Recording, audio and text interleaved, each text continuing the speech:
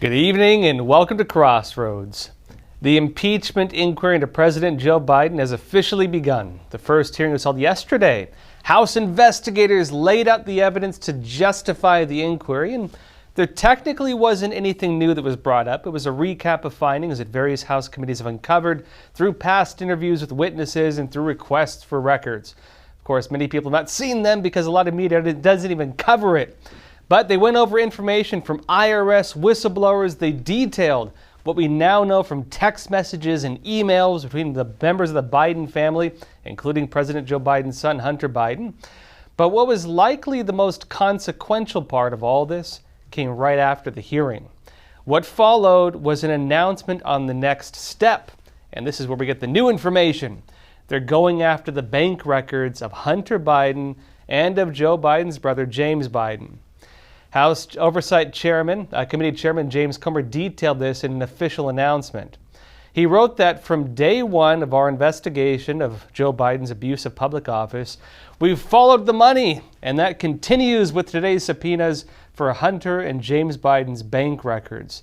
Bank records don't lie, and coupled with witness testimony, they reveal that Joe Biden abused his public office for his family's financial gain. Now, it notes that they've already received some of these records. They allege they can show right now, so far at least, that the Biden family has received $24 million in a global influence peddling scheme. But the investigation is, of course, ongoing. Chairman Comer said that so far the bank records show a pattern. He's alleging that as the Bidens were sealing deals around the world, Joe Biden showed up, met with, talked with, shook hands with, and had meetings with the foreign nationals sending money to his family. And he said, this culture of corruption demands further investigation. Now, during the first hearing, the one yesterday, Representative Clay Higgins described what Republicans have been able to find so far and the evidence of suspicious transactions. These went from people in other countries to multiple shell companies tied to the Biden family. One of the gentlemen said there's no credibility to this evidence. Let me say, as an investigator, there's perhaps no category of evidence that's more credible than bank records. And bank records is what we're working with. The House Oversight Committee, Judiciary Committee, Ways and Means Committee are investigating highly suspicious money transactions from foreign powers through shell companies to Biden family members. There's nothing more credible in an investigative effort, good sir, than bank records. Now, as he explains, bank records are among the more solid pieces of evidence he can get for an investigation like this. But they still need more. The missing link that Democrats have been pointing to is the hard evidence that President Biden was getting any of the money with all these different deals. It's this key piece of evidence that would show whether Joe Biden himself was profiting from all this. Representative Jasmine Crockett stated during the hearing the general line that the Democrats are using. Let me show you.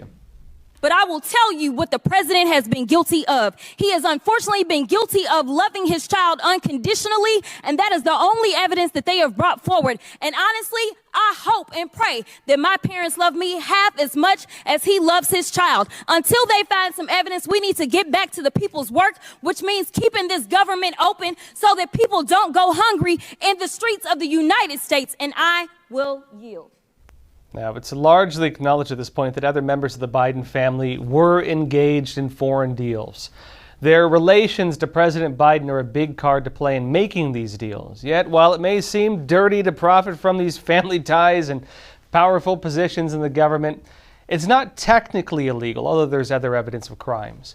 At least not for the public officials, this isn't technically illegal. The sons, the daughters, and spouses of many elected officials do things exactly like this with foreign powers and major businesses. It was part of the big controversy, you might remember, under the Obama administration with Bill Clinton.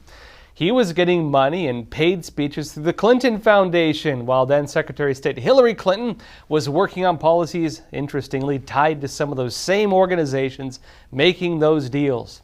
It's suspicious when an elected leader passes legislation or crushes an investigation, and then it turns out their family members were making deals tied to all that. And it raises concerns among the public that the official action was tied to the backroom deals. The unfortunate reality is that a debatably legal business has grown out of this type of activity, and it's pretty widespread in Washington. But there's still a fine line that can't be crossed. That fine line is whether the official is getting a kickback, and that's where the law comes in. Of course, they can't necessarily have transactions in the open if they're doing that. Officials aren't going to incriminate themselves like this if they can engage in this type of corruption. This is where the money laundering comes into play, and this is where the bank records come in.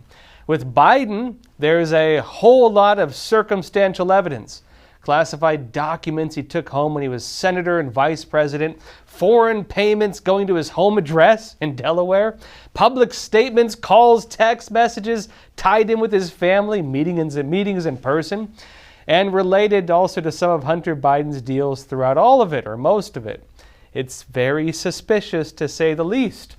In court, you would call this circumstantial evidence, but that hard line, the cold, hard facts that the Democrats are calling for, those are likely going to be in the bank records. Now, the bank records would show where the money went, which is why they need them.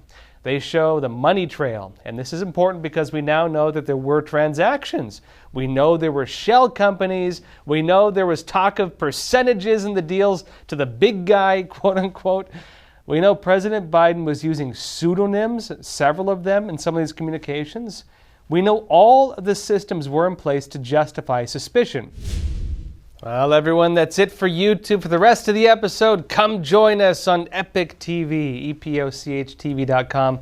We have some important content coming up. We talk about Jeff Carlson of Truth Over News, talking about what's happened with the Biden impeachment inquiry and the evidence not yet being discussed that widely. He's been following a lot of this for a long time and has a lot of great information that's I think needs to get out there. We'll also be talking with the sheriff down in Kinney County in Texas about the border crisis and what you're not being told. Who's really behind it? Who's running the buses? Where are the orders coming from? It'll be a great discussion. So again, join us on Epoch TV, EpochTV.com. We have a flash sale, 25 cents a week, and I will see you there. People from 160 countries illegally cross the U.S.-Mexico border and give themselves up to Border Patrol. But what about the ones who evade Border Patrol? These are known as the gotaways. You can safely assume that anybody that went through the extra effort to avoid U.S. Border Patrol was not an asylum seeker by default. It may not be today, it may not be tomorrow, but somewhere down the road, if somebody rapes and kills somebody, and we find out that they came through here on my watch, that's unacceptable. These men had surrounded my house. They were banging on my back door. They were banging on my front door. You can't understand it unless you're out here seeing it every day. 21 dead bodies on the property. Code 3 response. Is it wrong to ask people to come to your front door of your home? Then why would it be wrong to ask people to come to the front door of our nation? Their primary goal is to circumvent the checkpoints, go undetected. People that do not want to surrender, those are going to be the potential terrorists, the criminals, the real threat to the U.S. We were hoping the federal government would step in and do something, but they didn't. We have no clue who they are or where they're going. That's the scary part.